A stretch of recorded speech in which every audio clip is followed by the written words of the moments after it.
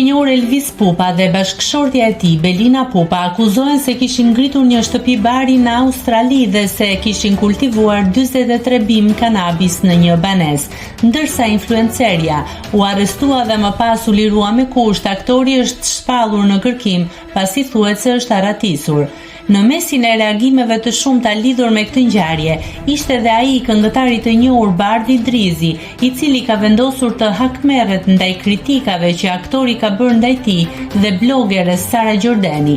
Bardi shprehet se bota është me rrota dhe se Elvis Pupa u ngut të fliste për një person që nuk e njihte. Po më vjen keq me lexu këtë lajm, se je nga aktorët e mi të preferuar të fëmirisë, por le të jetë si shembull ky që bota sillet. Unë kute më fol për dikon që se nje, as të ka dëmtuar tu kur. E gjatë kohës së Big Brother e shkruajshe në story Free Bardi pa arsye, tash po ta shkruaj unë Free Elvis me arsye, ka shkruar Bardi në postimin e tij. Nëse klikoni mbi butonin subscribe, do t'ju shfaqen të gjitha publikimet tona. Ju ftoj t'i bëni subscribe kanalit, të pëlqeni videot dhe të lini komentin tuaj.